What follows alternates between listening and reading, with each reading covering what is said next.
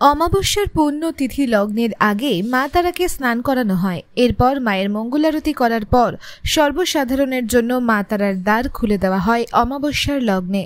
সাধারণত এই অমাবস্যায় লক্ষ লক্ষ মানুষের সমাগম ঘটে বীরভূমের তারাপীঠ থানার মা তারার মন্দিরে।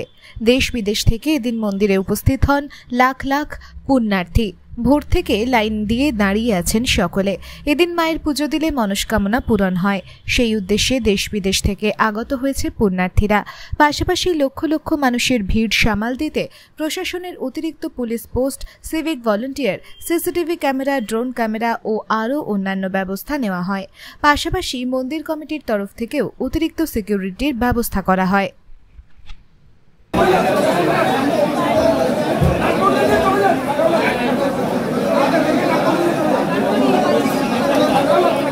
এবং অন্যান্য দামি জিনিস সাবধানে রাখুন এবং সবসময় সতর্কভাবে থাকুন।